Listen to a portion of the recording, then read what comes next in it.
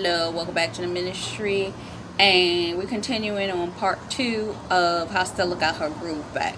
Now, I'm picking up on the point where I left off, where her girlfriend was she kind of interacted with her like, girl, they gone to the pajama party, and she slides up next to her. I was like, what you doing? Who is this little youngin? Why are you hanging out?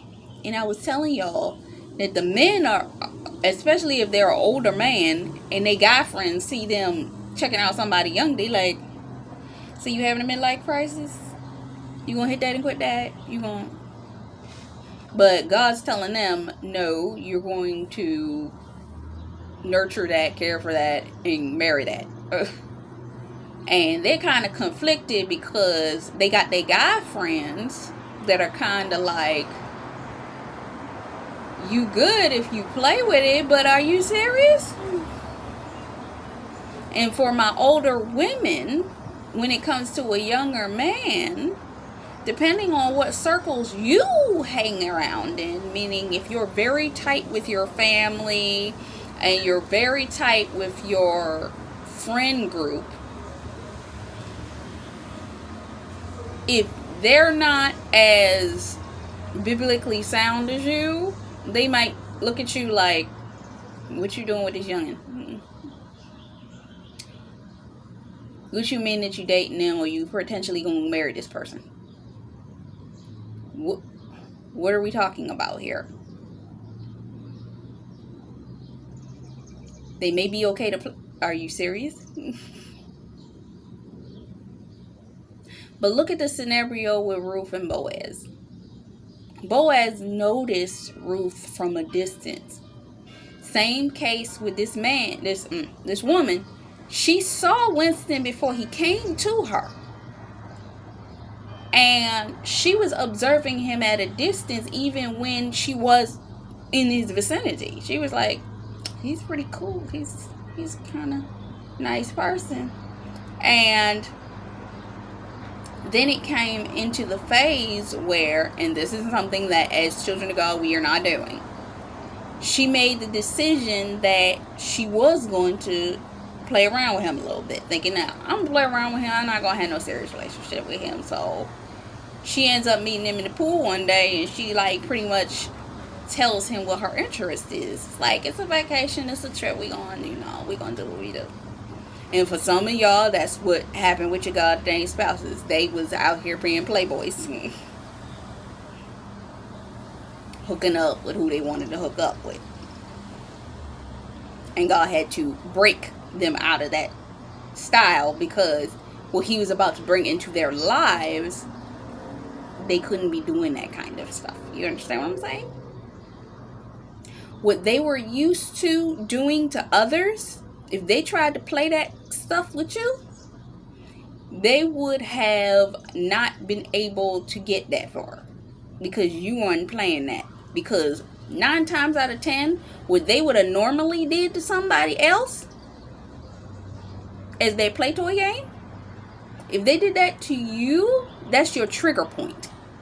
Meaning, not only am I not dealing with you, you done triggered me, I'm really not dealing with you. Raise your hands, females. And vice versa. For my females that are the older woman and it's a younger man, you already peep game on how these young men roll. And if this person was supposed to be your God-ordained spouse, and God's already shown you that, but he had to grow them up, that's why we were waiting. He had to set them straight, like, you ain't gonna play with this one. You play with this one, you ain't gonna get kept, you gonna get kicked out. Okay. You gonna get kicked to the curb, it ain't gonna be that situation.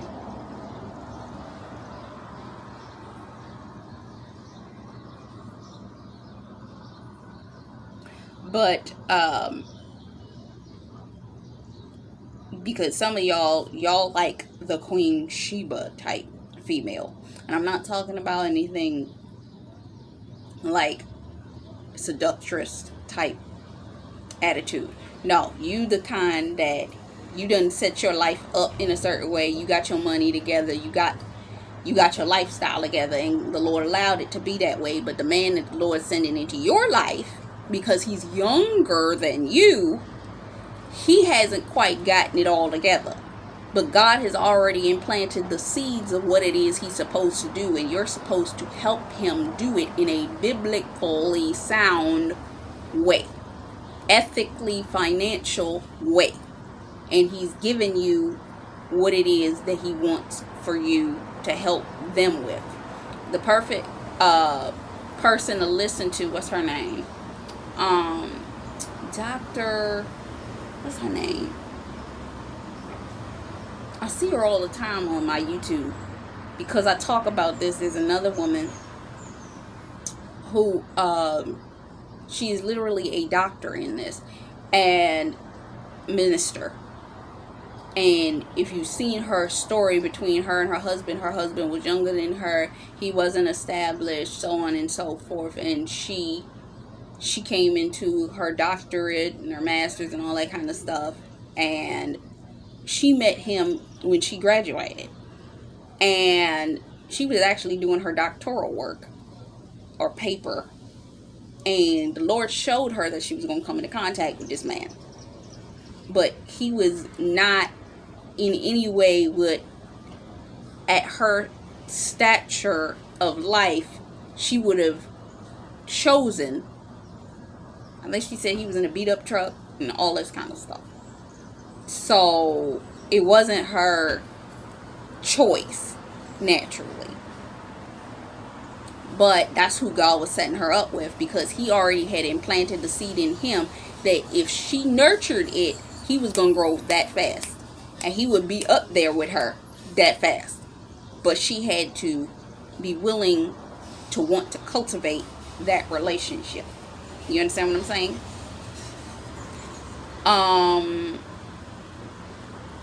What's next? So,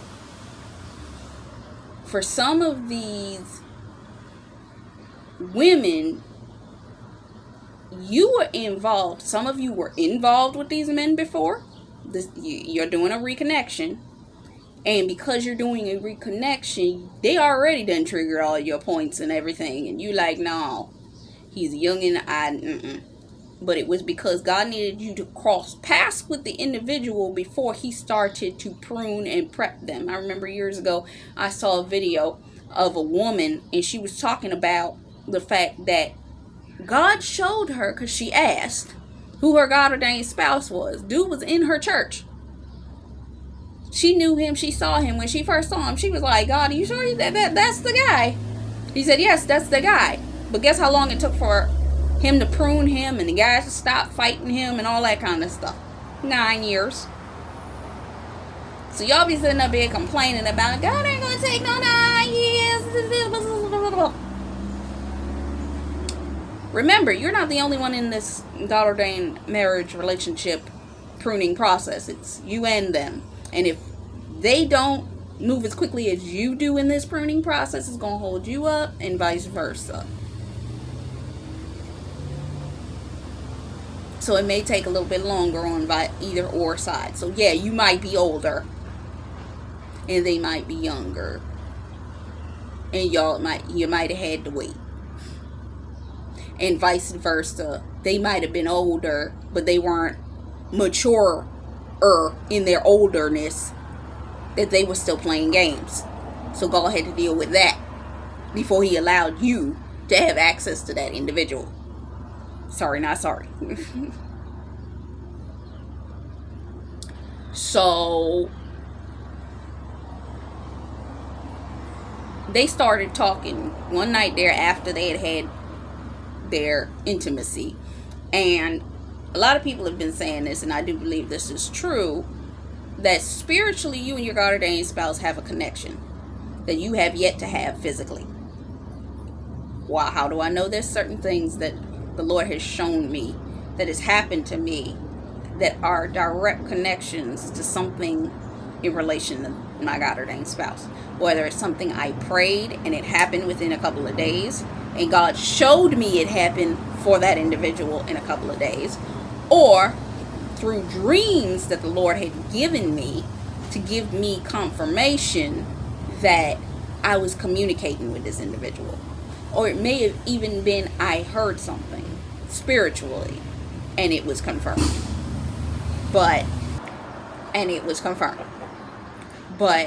God is doing something in these men. So what ends up happening next is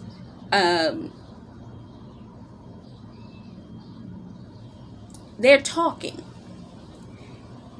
Whether it be you with your God-ordained spouse and you're the older woman, it's things that you will have the freeness that when you're in an intimate conversation with this individual, you'll be able to be open about your dreams, your goals, your visions for life in ways that you have never been able to do that with other individuals on a deep level of conversation.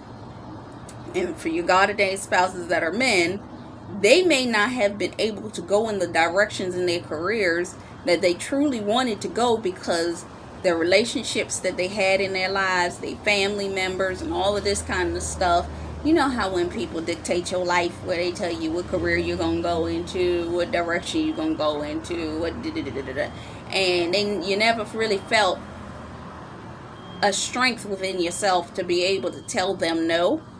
Or if you went in the creative path in which you chose to go in, they kind of had you on lockdown in every other area.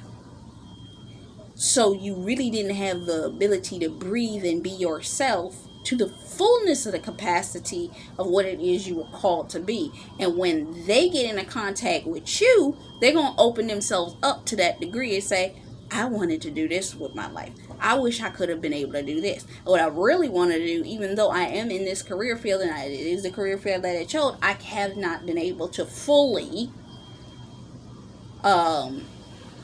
do what it was that I wanted to do because I was attached to this type of thing, or this was the alignment for the thing. And I really, what I really want to do is XYZ. And that's what she was telling Winston. And she was like, yeah, I've always loved this. And she turned over and her and him were laying there just talking, and she was just talking about her dreams and her goals. And he's like, why don't you? And then he started explaining about his dreams and his goals, and she's like, well, I mean, if that's what you want. He's like, but see, it's not really what I want, it's what my parents want for me. In some cases, if you're the younger one, you've been following what the world told you that you should have been doing.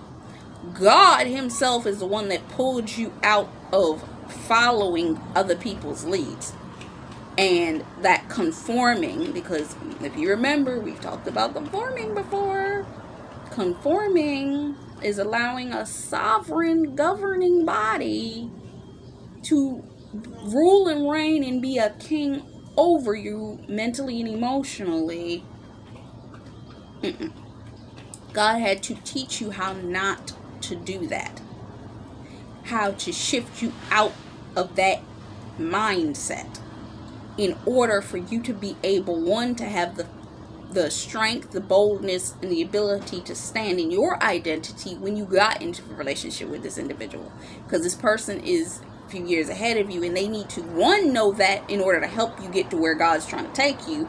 Two, they need to know that you have the strength because of the fact that the areas, arenas, places, and spaces that they're going to have to introduce you to, they need to know that you can handle it. So they need to know that you have the strength to handle where you're going. Same thing for these young men. For you as the female, you needed to see that they were willing to make moves on their own, to make shifts on their own, that they weren't being dictated and indoctrinated by their family, that said so on and so forth. Because when it comes down to it, when they're going to have to make the shifts that they're going to have to make, especially if they're younger than you, their family may be trying to get in between. And this is a time and a season that the Lord is pretty much saying your family cannot dictate. There's a scripture in the Bible this wondrous Bible I went and got, that states, I can't remember which book it is, but it talks about you shall leave your mother, your father, your sister, your wife, your this, that. You gotta leave everybody, pretty much, to cleave unto God's way.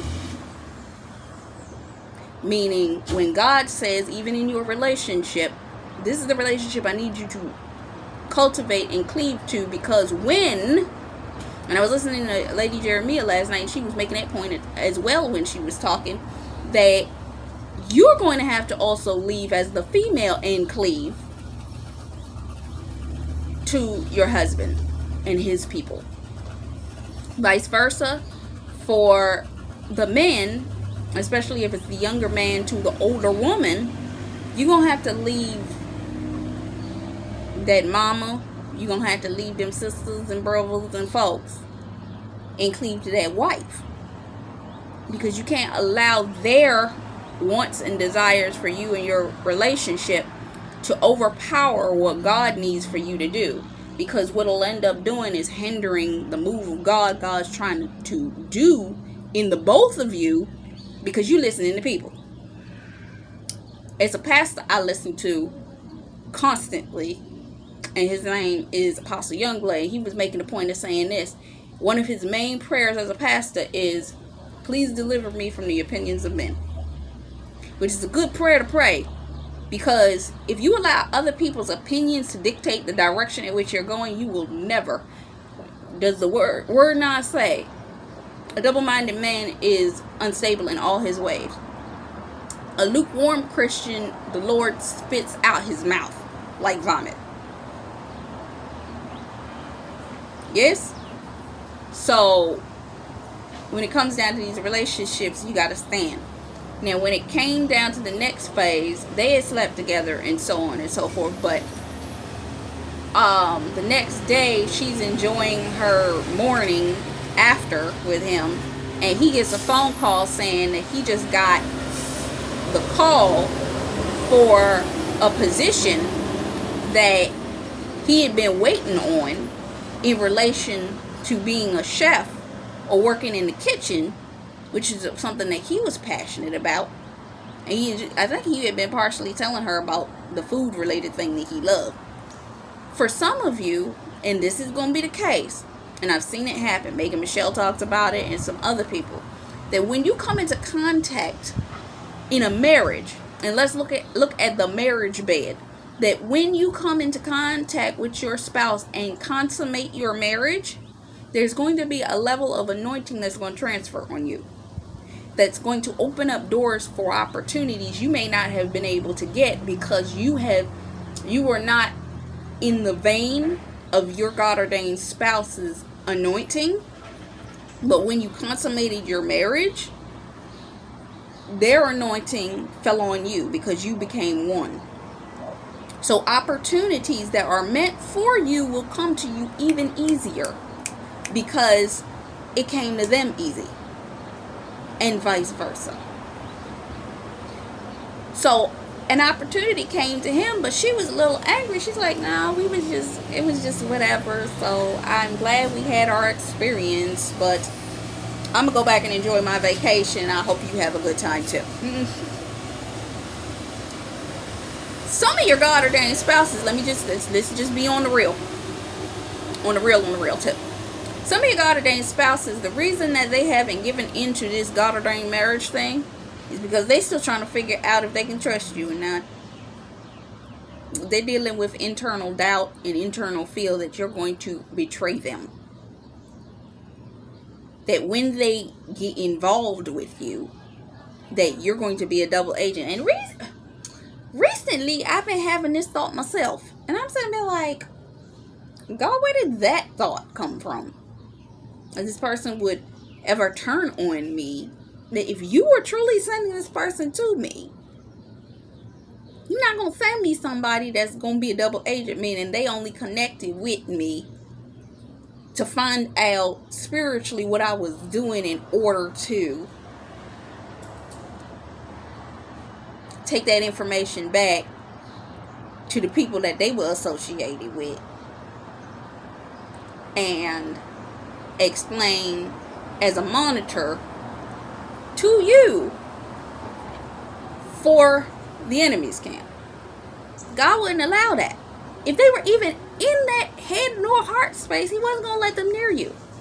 Because see, what that would do would put a judicial decree against their head, which would truly mess them up. Because when God came and brought judgment down upon them, because you're anointed and you're following him, and because you trusted them, because you trusted God, that they were the one, understand that if they came to you with any other logic than being 100% real with you, the judgment coming on them would be a judicial decree that they would not be able to handle. And not only would God cut them away from you, if not just for a season, he'd cut them off completely. Because my girl Bold for Christ talks about the fact that when she got played in a situation with her husband, she said, I'm making a decision that I'm choosing a new love story. So she letting that man go through what he got to go through. To the point that some prayers that she prayed for that individual, God ain't even listening. They don't want that. They don't want the smoke from God. So when they come, they got to come correct. So God ain't even going to let them get near you. If he knows that eventually they're going to change, he's not going to let them get near you if they're going to play games with you like that. Okay? So she finishes out her vacation and she goes home. And when she goes home, first person at her door is her sister. One sitting in the chair, and the other one's on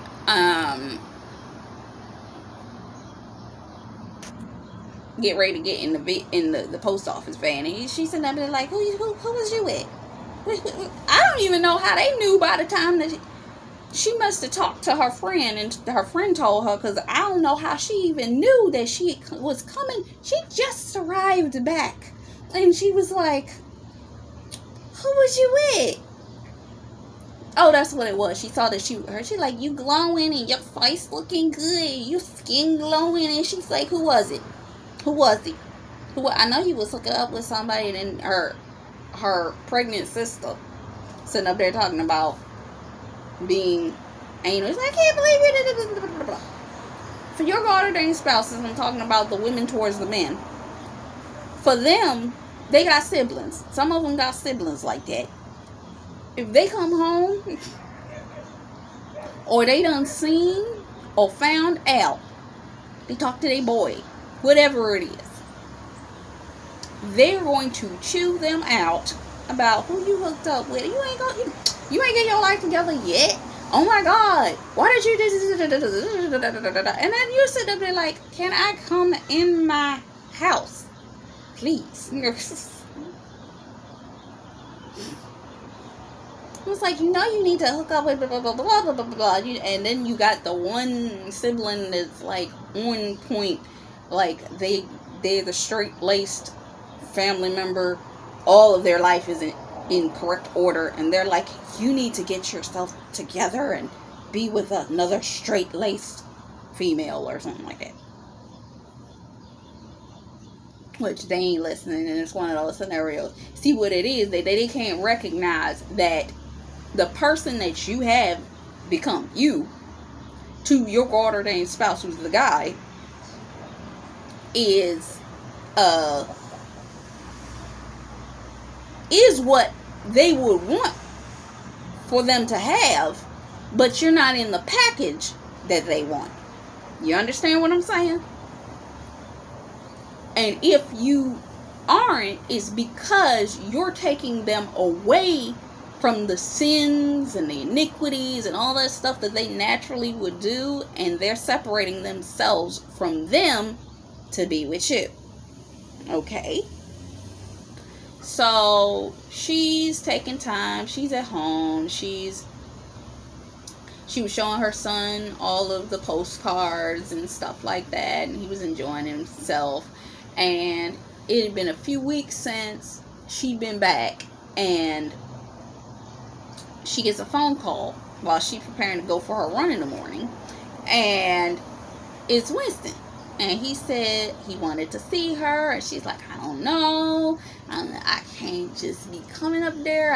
And then I think at this point, I don't think she had lost her job yet, or she had just lost it, and she was just trying to figure out what she was going to do now, because she had to be responsible, and she had to make sure that she was holding on to her money properly, and so on and so forth, because she had just lost her job. That they had to figure out who they needed to let go. It was a trade out, and they had to either trade her or they had to trade somebody else, and they ended up choosing to trade her out, which means she lost her job. She was like, no, I'm not. So she quit, and she's at home, and when Winston called, he's like, I want to see you. And she's like, you know what, I did just quit my job. You know what, I'm gonna come down here and I'm gonna see you. Because he owed her anyway, because he didn't get to see her towards the end of the vacation because he had just gotten the job. For some of you, when you and your God-ordained spouse come into communication, there are certain things that are going to spring up because of the fact that you and your God-ordained spouse have made communication, meaning you're going to be busier. Meaning, and you like being busy anyway, so you're going to have to be careful of this, because the enemy may send opportunities to keep you busy when you're supposed to be in your God-ordained spouse's presence and working with him, and not focusing all your attention on work, because God's trying to cultivate this space between the two of you. And it may appear from a females or my males that the person's kind of playing you, because as soon as y'all got hooked up together and either they introduced you to an opportunity or opportunities began to become drawn to you after them becoming in communication with you, they might get a little side-eyed on you, because they're like, you hooked up with me and now you want to run doing your thing and you done left me behind. And is that because you was playing me because you just wanted attachment to me because of my networking opportunities, or the access of the opportunities that you had because you have communication with me? Because some of y'all, and this ain't for everybody, I did a review on the movie Marry Me and I said the same thing. Some of y'all are drawn to people that have clout. What do I mean by clout? Community leaders, upcoming players for NBA, golf, I don't care what you pick the thing, whatever it is that the Lord told you it was. Some of you are called to relationships with political people that are up and coming, that will eventually be in Senate seats and presidential seats and so on and so. Some of you are called to be with people that will be in celebrity status. Just be honest. Some of them will be. Either they're there now or they will be later. A lot of the people that I communicate with, they are involved with up and coming people. So what it is you have to be understanding of that fact that these people, they weren't well trusting of people anyway. So if they see you and you off on a run, go back and look at my video where I talk about the chess game. There's always chess pieces in those videos as the the thumbnail for those videos. But you have to be well aware of that fact.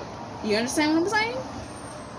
And because you're well aware of the fact that they are untrusting or have had to be untrusting to people because people use them or tried to use them for their energy and their clout, that you got to be alert to that fact and show them, no, that's not the case. So she ends up going on vacation to meet him again. And for some of you, this is not for everybody. Because of the position that this individual is in, they have to make space and time for you. So you may not see them all the time. Especially if God has you in a courting season with this individual, that I'm going to use my shameless Maya as a example. That when she was in the midst of her courting season, she was traveling all over the place. She didn't get a chance to see her God-ordained spouse for months on end, but they were communicating over the phone. Some of y'all ain't even had that luxury that God allowed y'all to talk that much. Some of y'all just waiting, and God's gonna open the door when He open the door. But even once you get in relationship with this individual, there may come points in times where they're away from you for a season. The season could be 3 weeks. The season could be 6 weeks. Because of what they're called to by their job, and because you're the wife and the mother, you can't be next to them like that unless they orchestrate it to be that way. Because some people, they got the money and the finances like that, they will bring their family with them to every location they got to go to, and you'll be able to enjoy the scenery and the sights with the kids while they're off working. You understand what I'm saying? So that's how the Lord may orchestrate it. And then for the men, you may be on the phone with them in communication during your courtship. If he puts a ring on it and is courting you, but he's still got work he's got to do, that means he's going to be calling you on the phone, and he's going to be talking to you during this time frame. And then when he gives you that call to say, hey, I want to come and see you, or come see me, drop it and come. And God will show you what you're supposed to do. And if they have respect for you during the courtship, they're going to organize and orchestrate your room, your board, and all that kind of stuff to be a respectable place away from them, so that they can have time with you while in that scenario. But so she ends up taking her son and the niece to come meet him. The son, you can already tell it's manly camaraderie of, that's her little boy, and this is a man coming in that is not his father, to take his father's place. So you can see the attitude that's there. And the young girl, she don't care. I'm on vacation. I'm enjoying myself. So she sees Winston, and they meet up, and they're having a good old time. They at the beach, and she this is when, here's one of the situations. I ain't even got enough time to tell y'all.